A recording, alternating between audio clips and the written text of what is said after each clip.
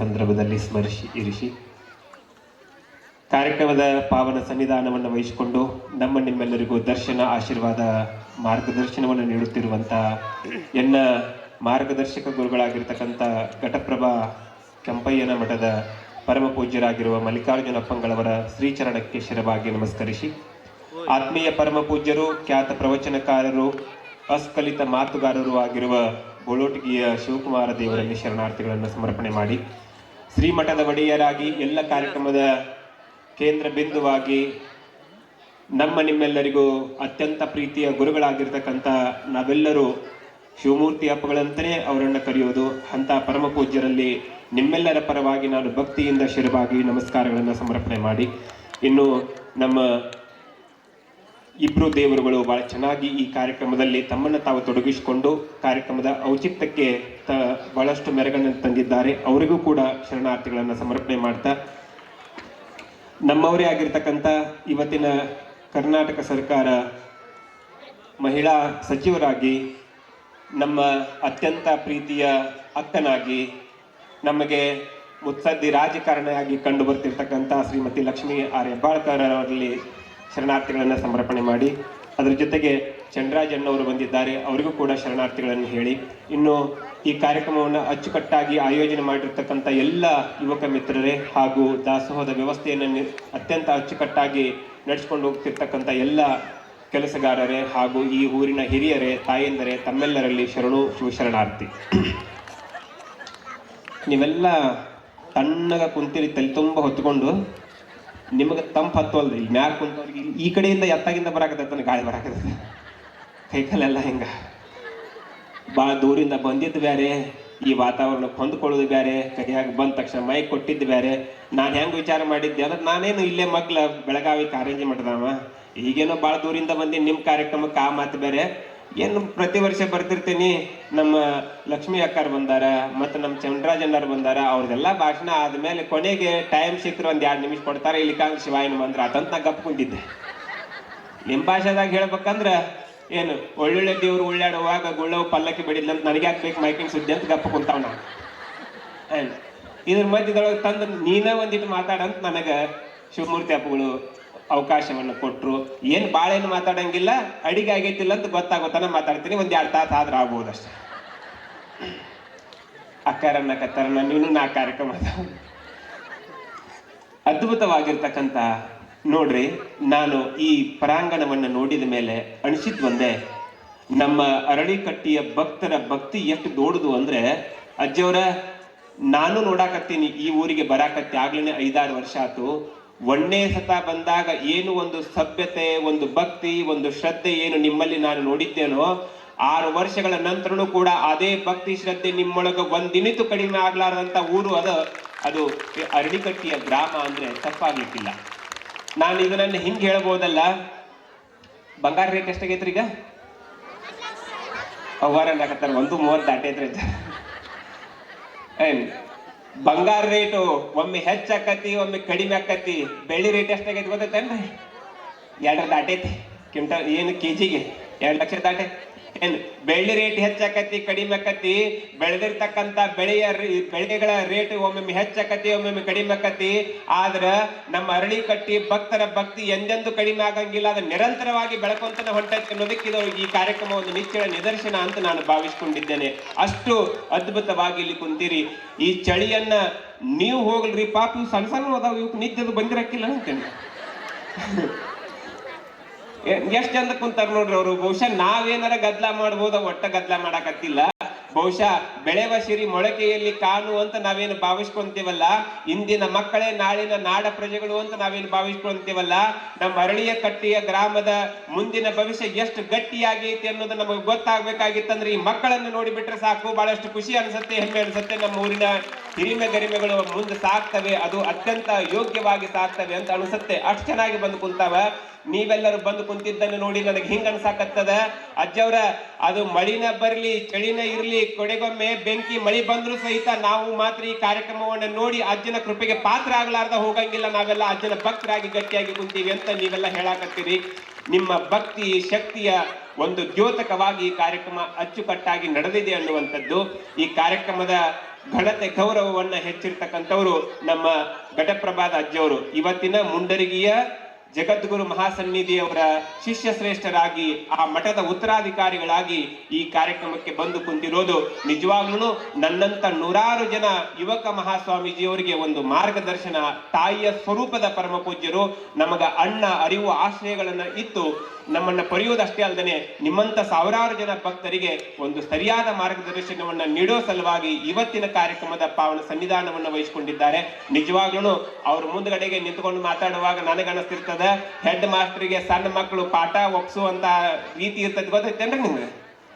ಏನ್ ಮಾಡ್ಕೊಂಡ್ ನಿನ್ನೆ ಹೋಮ್ ವರ್ಕ್ ಹೇಳಂದ ತಕ್ಷಣ ಕೈ ಕಟ್ಕೊಂಡು ಸರ್ ನಾ ಯಾರ ಬಗ್ಗೆ ಕಲ್ತು ಬಂದೇನೆ ಅಂತಿರ್ತಾವಲ್ಲ. ಯಾಕಂದ್ರೆ ಅಜ್ಜವ್ರ ಕೈಯಾಗ ಕಲ್ತವ್ರು, ಶಿವ ಮಂದಿರದಾಗ ಅವ್ರ ಕೈಯಾಗ ಕಲ್ತವ್ರು, ನಂತರ ಇವಾಗ್ಲೂ ಸಹಿತ ಅವ್ರ ಕೈಯಾಗನ ಕಲಿಯಾಕತ್ತಂತವ್ರು ನಮ್ಗೆಲ್ಲ ಅಣ್ಣನ ರೀತಿ ಒಳಗ ಅಂತ ಪರಮ ಪೂಜ್ಯರು ಕಾರ್ಯಕ್ರಮದ ಪಾವನ ಸನ್ನಿಧಾನವನ್ನು ವಹಿಸಿಕೊಂಡಿದ್ದಾರೆ. ಇನ್ನ ವಯಸ್ಸಿನಾಗ ಒಂದ್ 2-3 ವರ್ಷ ದೊಡ್ಡವ್ರು ಇರ್ಬೇಕ್ರಿ, ಕೂಡಿ ಆಡಿ ಬೆಳೆದೇವೆ. ಇವರು ನಾವು ಅದ್ಭುತ ಪ್ರವಚನಕಾರರು. ಅವ್ರ ಕಡೆಯಿಂದ ನೀವೇನಾದ್ರೂ ಪ್ರವಚನ ಕೇಳಿದ್ರಿ ಅಂದ್ರೆ ಬಹುಶಃ ಯಾವುದೇ ವಿಷಯವನ್ನ ಕೊಡ್ರಿ ಕರಾರುವಕ್ಕಾಗಿ ಮಾತಾಡುವಂತ ನಮ್ಮ ಕರ್ನಾಟಕದ ಕೆಲವು ಮಹಾಸ್ವಾಮಿಗಳವರಲ್ಲಿ ನಮ್ಮ ಗೊಳೋಟಿಗೆಯ ಪರಮ ಪೂಜ್ಯರು ಒಬ್ರು. ಅವರು ಇವತ್ತಿನ ಕಾರ್ಯಕ್ರಮಕ್ಕೆ ಬಂದಿದ್ದಾರೆ. ಅತ್ಯಂತ ಖುಷಿ ಅನ್ಸುತ್ತೆ, ಅಭಿಮಾನ ಅನ್ಸುತ್ತೆ. ಜೊತೆಗೆ ನಮ್ಮ ಅಪ್ಪಗಳು ಇವರು ಸಂಸ್ಕೃತದೊಳಗ PhD ಮಾಡ್ಯಾರ. ಬಹುಶಃ ಇವತ್ತಿನ ನಮ್ಮ ಸ್ವಾಮಿಗಳು ಯಾರು ಸಂಸ್ಕೃತದೊಳಗ PhD ಮಾಡಿಲ್ಲ. ಸಂಸ್ಕೃತದೊಳಗ PhD ಮಾಡಿದ್ರು ಸಹಿತ ಎಷ್ಟು ಸರಳ ಇರಬೇಕು ಅನ್ನೋದಕ್ಕ ಒಂದು ನಿಚ್ಚಳ ನಿದರ್ಶನ ನಮ್ಮ ಅಪ್ಪಗಳು ಇಲ್ಲಿ ಬಂದು ಕುಂತಾರ. ಅವ್ರಿಗೂ ಒಂದ್ಸಾರಿ ಜೋರಾಗಿ ಚಪ್ಪಾಳೆ ತಟ್ರಿ. ಮತ್ ಇಲ್ಲೇನದಾರಲ್ರಿ ಅವ್ರಿಗೇನು ಬಾಳ ವಯಸ್ಸಲ್ಲ, ಕೇವಲ 20-22 ವರ್ಷ. ಹೌದನ್ರಿ? ಕಡಿಮೆ ಹೇಳಿದ್ರಿ ಕರೆಕ್ಟ್. 20-22 ವರ್ಷದ ಒಬ್ಬ ನಮ್ಮೂರಿನ ಯುವಕ ಏನ್ ಮಾಡಾಕತ್ತಾನಂತ, ನಮ್ಮ ಮನೆಯೊಳಗಿರ್ತಕ್ಕಂಥ ಯುವಕ ಏನ್ ಮಾಡಾಕತ್ತಾನಂತ ಸ್ವಲ್ಪ ಹಂಗ ಲಕ್ಷ್ಯ ಕೊಡ್ರಿ. ನಮ್ಮ ಹೊಟ್ಟೆ ಹುಟ್ಟಿರ್ತಕ್ಕಂಥ ಮಕ್ಕಳು ಎಲ್ಲೋ ಒಂದ್ ಕಡೆಗೆ ಇಲ್ಲಿ ಕಾರ್ಯಕ್ರಮದಾಗ ಅಂಕರು ದೇವರಾಣಿಗೆ ಅವ್ರು ಕಾಣಂಗಿಲ್ಲ. ಎಲ್ಲಿ ಕಾಣ್ತಾರ ಗೊತ್ತೈತಲ್ರಿ ಅವ್ರು? ಅಲ್ಲಿ ಮುಂದೆ ಸಣ್ಣದೊಂದು ಡಬ್ಬಿ ಅಂಗಡಿ, ಅಲ್ಲಿ ಒಂದು ಲೈಟ್, ಅದ್ರ ಬುಡಕ್ ಒಂದಿಷ್ಟು ಎಳೆ ಬಿಟ್ಟಿರ್ತಾರ ನೋಡ್ರಿ ಅದ್ರ ಮುಂದೆ. ನಮ್ಮ ಮಕ್ಕಳೆಲ್ಲ ಏನು ಕಣ್ಣಲ್ಲಿ ಕಾಮದ ನೋಟ, ಕೈಯಲ್ಲಿ ಗುಟಕಾ ಚೀಟ, ಬಾಯಲ್ಲಿ ಮದ್ಯದ ಕಾಟ, ಆಗಾಗ ಪರಸತಿ ಕೂಟ, ಇದು ನವಪೀಳಿಗೆಯ ಚೆಲ್ಲಾಟ, ಓ ಅತಿನೀಶ ತಪ್ಪಿಸೋ ಇವುಗಳ ಕಾಟ ಅನ್ನೋ ನಿಟ್ಟಿನೊಳಗೆ ನಮ್ಮ ಮಕ್ಕಳೆಲ್ಲ ಹೋಗಿ ಏನು ಗುಟಕಾ ತಿಂದ ಮಟಕ ಆಡಿ ಮಟಕ ಬರ್ಲಾರ್ದ ಚಟಕ್ ಬಿದ್ದ ದಡಗನ ಕೊಟಕ್ ಅಂತ ಹೊಂಟಾರ. ಅವ್ರ ಲೆಕ್ಕ ಹಂಗಾದ್ರೆ ಕೇವಲ 20-22 ವರ್ಷದ ಒಬ್ಬ ಸಾಧಕರಾಗಿ ಈ ಕಾರ್ಯಕ್ರಮವನ್ನ ಅನುಚಾನವಾಗಿ ನಿರೂಪಣೆ ಮಾಡ್ತಾರಂದ್ರ ಒಬ್ಬ ಸ್ವಾಮಿಗಳಾದಂತವ್ರು ಎಷ್ಟು ಪ್ರಜ್ಞಾವಂತರು ಇರ್ತಾರೆ ಅನ್ನೋದಕ್ಕೆ ಇವರು ಒಂದು ನಿಚ್ಚಳ ನಿದರ್ಶನವಾಗಿ ಇಲ್ಲಿದ್ದಾರೆ. ಜೊತೆಗೆ ಬಹುಶಃ ನಾನು ಈ ವ್ಯಕ್ತಿಗಳ ಬಗ್ಗೆ ಹೇಳಿದ್ನಿ ಅಂದ್ರೆ ಆಯಿಗೆ ಕೆಮ್ಮು ಕಲಿಸ್ದಂಗ ಯಾಕಂದ್ರ ಲಕ್ಷ್ಮಿ ಅಕ್ಕಾರು ಎಲ್ಲರಿಗೂ ಗೊತ್ತಿರುವಂತವ್ರೆ. ಅವ್ರ ಬಗ್ಗೆ ಏನಂತ ಹೇಳಿ, ಯಾವ ನಿಟ್ಟಿನೊಳಗ ಅವ್ರ ಬಗ್ಗೆ ಮಾತಾಡ್ಲಿ. ಬಹುಶಃ ಕೆಲವು ದಿವಸಗಳಲ್ಲಿ ಒಬ್ಬ ಒಂದು ಪ್ರಾಂತ್ಯದ ವ್ಯಕ್ತಿಗಳಾಗಿ ಇರತಕ್ಕಂಥವ್ರು ಇವತ್ತಿಗೆ ಭಾರತ ದೇಶವೇ ಹೊರಳಿ ನೋಡುವಂತೆ ಒಂದು ಪ್ರಜ್ಞಾವಂತ ಜಾಗೆಯನ್ನ ಅನುಚಾನವಾಗಿ ನಿರ್ವಹಿಸಿಕೊಂಡು ಹೋಗ್ತಿರ್ತಕ್ಕಂಥ ಒಬ್ಬ ಮಹಿಳಾ ಸಚಿವರಂದ್ರೆ ಅದು ನಮ್ಮಕ್ಕ ಲಕ್ಷ್ಮಿ ಹೆಬ್ಬಾಳ್ಕರ್ ಮೇಡಮ್ ಅನ್ನೋದನ್ನ ನಾವೆಲ್ಲ ಅತ್ಯಂತ ಗೌರವದಿಂದ ಅಭಿಮಾನದಿಂದ ಹೇಳಬೇಕು. ಯಾವುದೇ ಕೆಲಸ ಅವ್ರ ಕೈಯೊಳಗೆ ಹಿಡಿದ್ರು ಅಂದ್ರೆ ಅದನ್ನ ಪರಿಪೂರ್ಣಗೊಳಿಸುವವರೆಗೂ ಅವ್ರು ಬಿಡಂಗಿಲ್ಲ. ಅಷ್ಟೇ ಕರಾರುವಕ್ಕಾಗಿ ಮಾತಾಡ್ತಾರ. ಅವರ ಭಾಷಣದೊಳಗೆ ಏನಾರ ವಚನಗಳನ್ನ ಚೆನ್ನಾಗಿ ನೀವು ಕೇಳಿಬಿಟ್ರಿ ಅಂದ್ರೆ ನಮಗೂ ಅನಿಸ್ತೈತಿ ಬಹುಶಃ ನಾವೇನಾರ ತಪ್ಪಿಗೆ ಮಾತಾಡಿಗಿತ್ತಾಡೇವೆ ಅಂತ ತಿಳ್ಕೊಂಡು ಹೇಳಿ. ಅಷ್ಟು ಅದ್ಭುತವಾಗಿ ವಚನಗಳನ್ನು ಹೇಳ್ತಾರೆ, ಅಷ್ಟು ಅದ್ಭುತವಾಗಿ ತತ್ವ ಸಿದ್ಧಾಂತಗಳನ್ನು ತಿಳ್ಕೊಂಡಿದ್ದಾರೆ. ಜೊತೆಗೆ ರಾಜಕಾರಣ ಮತ್ತು ಮನೆಯ ಸಿದ್ಧಾಂತವನ್ನು ಅಷ್ಟೇ ಚೆನ್ನಾಗಿ, ನಮ್ಮ ಲಿಂಗಾಯತ ಪರಂಪರೆಯ ಸಿದ್ಧಾಂತವನ್ನು ಅಷ್ಟೇ ಚೆನ್ನಾಗಿ ತಿಳ್ಕೊಂಡಂತವರು ಅಂತ ತಾಯಂದಿರು ಈ ಕಾರ್ಯಕ್ರಮಕ್ಕೆ ಬಂದಿದ್ದಾರೆ.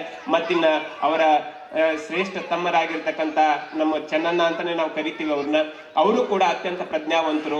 ಅವರು ಎಷ್ಟು ಕರೆಕ್ಟ್ ಡಿಸಿಷನ್ ಅಂದ್ರೆ, ಒಂದು ಕಾರ್ಯಕ್ರಮದೊಳಗೆ ನಾವು ಕುಂತಿದ್ವಿ, ಬಹುಶಃ ಬೈಲಹೊಂಗಲ ತಾಲೂಕು ಒಂದು ಸಣ್ಣ ಹಳ್ಳಿಗೆ ಹೋಗಿದ್ವಿ. ದೇವಸ್ಥಾನದ ಛತ್ತು ಅದೊಂದು ಸ್ವಲ್ಪ ಹಂಗೋ ಹಿಂಗೋ ಆಗಿತ್ತು. ಛತ್ತನ್ನು ನೋಡಿದ್ರು, ನಾನು ಕರ್ಕೊಂಡು ಹೋದ್ರು, ಬರ್ರಿ ಸ್ವಾಮೀಜಿ ನೋಡ್ಕೊಂಡು ಬರೋಣ ಇದನ್ನ ಅಂತ ತಿಳ್ಕೊಂಡು ಹೇಳಿ. ಅವ್ರೇನಂತಿದ್ರು, ಇದನ್ನ ತೆಗಿಯೋದು ಹೊಸಾದ್ ಹಾಕೋದು, ಇದನ್ನ ತೆಗಿಯೋದು ಹೊಸಾದ್ ಹಾಕೋದು ಅಂತ ಭಕ್ತರೆಲ್ಲ ಅಣ್ಣ ಕಟ್ಟಿದ್ರು. ಅವಾಗ ಅವ್ರಂದ್ರು, ಈ ಛತ್ತಿಗೆ ಏನೇನೂ ಆಗಿಲ್ಲ, ಒಂದು ಗೌರ್ಮೆಂಟ್ ಇಂದ ದುಡ್ಡು ತಗೊಂಬಂದು ಮತ್ತೆ ದೇವಸ್ಥಾನ ಕಟ್ಟಬೇಕಂದ್ರೆ 4 ವರ್ಷ ದೇವ್ರನ್ನ ನಾವು ಬಿಸ್ಲಾಗಿಟ್ಟಂಗ ಆಕತಿ.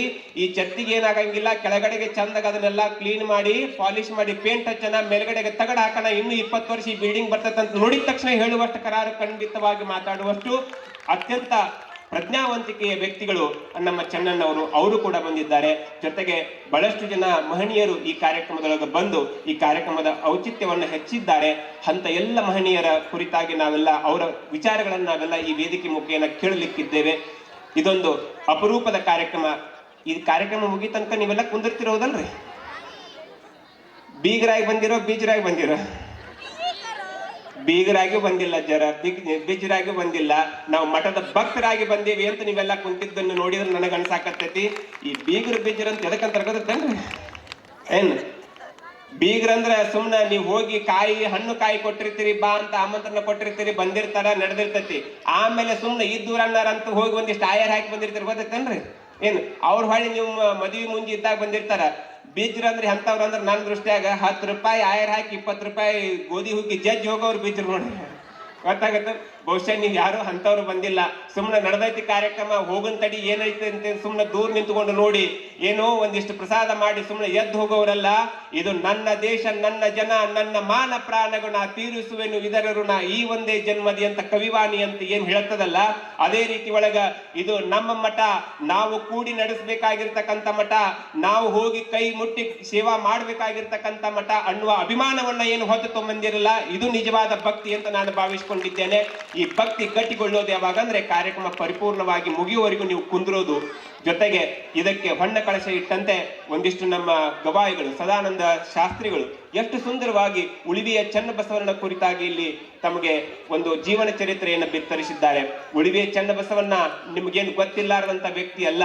ನೀವೆಲ್ಲ ಹೋಗ್ತಿರಲ್ಲ ಉಳಿವಿಗೆ, ಬಂಡಿ ತಗೊಂಡು ಹೋಗ್ತಿರಲ್ಲ, ಇವಾಗ ಒಂದಿಷ್ಟು ಟ್ರ್ಯಾಕ್ಟರ್ ತಗೊಂಡು ಹೋಗ್ತಿರಲ್ಲ, ಇಲ್ಲ ಗಾಡಿಗೆ ಹೋಗ್ತಿರಲ್ಲ. ಇವ್ರೆಲ್ಲಾರದು ಲೆಕ್ಕ ಆಗ್ತದೆ. ಗಾಡಿ ತಗೊಂಡು ಹೋಗೋದು, ಆಮೇಲೆ ಬಂಡಿ ತಗೊಂಡು ಹೋಗೋದು. ನೀವು ಆಧಾರ್ ಕಾರ್ಡ್ ತಗೊಂಡು ಹೋಗ್ತಿರಲ್ಲ, ನಿಮ್ ಬಗ್ಗೆ ಹೇಳೋದು ಬ್ಯಾರೇನ. ಯಾವಾಗ ನೀವು ಆಧಾರ್ ಕಾರ್ಡ್ ತಗೊಂಡು ಹೊಂಟ್ರಿ ನಾವು ಬಸ್ ಹತ್ತದ ಬಿಟ್ಟಿ. ಮುಂದೆ ಇಷ್ಟೇ ಕೆಲವು ಸೀಟ್ಗಳು ಅಷ್ಟೇ ಹೆಣ್ಮಕ್ಳಿಗೆ ಅಂತ ಮೀಸಲಿದ್ದು, ಈಗಿಲ್ಲ, ಬಸ್ಗಳೆಲ್ಲ ಹೆಣ್ಮಕ್ಳಿಗೆ ಮೀಸಲು. ನೀವೆಲ್ಲ ಉಳಿವಿ ಚನ್ನಬಸವಣ್ಣ ಹೋಗ್ತಿರಲ್ಲ. ನಾವೆಲ್ಲ ಏನ್ ತಿಳ್ಕೊಂಡು ಬಿಟ್ಟಿವಂದ್ರ, ಬಸವಣ್ಣ ಅಂದ ತಕ್ಷಣ 4 ಕಾಲು 2 ಕೋಡು 1 ಬಾಲ ಇದ್ದಿದ್ದು ಬಸವಣ್ಣ ಅಂತ ನಾವು ತಿಳ್ಕೊಂಡೇವಿ. ಉಳಿವಿಯ ಚನ್ನಬಸವಣ್ಣ ಅಂದ್ರ ಹಿಂಗ ಎತ್ತಲ್ಲ. ಎಂತ ವ್ಯಕ್ತಿ ಅಂದ್ರ ಉಳಿವಿಯ ಚನ್ನಬಸವಣ್ಣ ಬಿದ್ದಂತವರನ್ನ, ನೊಂದವರನ್ನ, ನಿರಾಶ್ರಿತರನ್ನ ಕೈ ಹಿಡಿದು ಎತ್ತುವಂತ ಮಹಾತ್ಮ. ಅದು ಬಸವಣ್ಣನ ಶಿಷ್ಯ ಶ್ರೇಷ್ಠರಾಗಿ ಅಳಿದೇವರಾಗಿ ಬಾಳಿ ಬದುಕಿ ಹೋಗಿರ್ತಕ್ಕಂಥ ಚನ್ನಬಸವಣ್ಣ ಬಹಳಷ್ಟು ಜನರಿಗೆ, ಅದರೊಳಗೂ ನಮ್ಮ ಪಂಚಮಸಾಲಿ ಉಳಿದಂತ ಎಲ್ಲ ಲಿಂಗಾಯತರಿಗೆ ಮಣಿದೇವರಾಗಿರುವಂತ ಚನ್ನಬಸವಣ್ಣ 12ನೇ ಶತಮಾನದೊಳಗೆ ನಿರ್ವಿಕಲ್ಪ ಸಮಾಧಿಯನ್ನು ಹೊಂದಿದ್ದಾರಲ್ಲ, 21ನೇ ಶತಮಾನದೊಳಗೂ ಅದೇ ಶಕ್ತಿಯನ್ನ ಇಟ್ಟುಕೊಂಡು ಬೇಡಿ ಹೋಗಿರ್ತಕ್ಕಂಥ ಭಕ್ತರಿಗೆ ಬೇಡಿದ್ದೆಲ್ಲವನ್ನು ಕೊಡುವಂತ ಶ್ರೇಷ್ಠ ಒಂದು ಶಕ್ತಿಯಾಗಿ ಅಲ್ಲಿ ನೆಲೆ ನಿಂತಿರ್ತಕ್ಕಂಥವ್ರು. ಅಂತ ಚನ್ನಬಸವಣ್ಣನ ಕುರಿತಾಗಿ ಬಹಳ ಸುಂದರವಾಗಿ ನಮ್ಮ ಸದಾನಂದ ಶಾಸ್ತ್ರಿಗಳು ಮಾತಾಡಿದ್ರು. ಜೊತೆಗೆ ನಮ್ಮ ಗವಾಯಿಗಳು ಅಷ್ಟೇ ಚೆನ್ನಾಗಿ ಇಲ್ಲಿ ಸುಂದರವಾಗಿ ತಮ್ಮ ಗಾಯನವನ್ನು ವ್ಯಕ್ತಪಡಿಸಿದ್ರು. ಇನ್ನು ಉಳಿದಿರ್ತಕ್ಕಂಥ ಎಲ್ಲ ಕಾರ್ಯಕ್ರಮದ ಕುರಿತಾಗಿ ನಮ್ಮ ಪರಮ ಪೂಜ್ಯರು ಹಾಗೂ ಲಕ್ಷ್ಮೀ ಅಕ್ಕ ಅವರು ಎಲ್ಲರೂ ಮಾತಾಡ್ತಾರೆ, ಅವುಗಳನ್ನು ಕೇಳೋಣ. ಇಷ್ಟೊತ್ತನ ನನ್ನ ಆಶಯ ನುಡಿಗಳನ್ನು ಕೇಳಿರ್ತಕ್ಕಂಥ ನಿಮ್ಮೆಲ್ಲರಿಗೂ ಶರಣಾರ್ಥಿ. ಮತ್ತೊಮ್ಮೆ ಸಿಗೋಣ.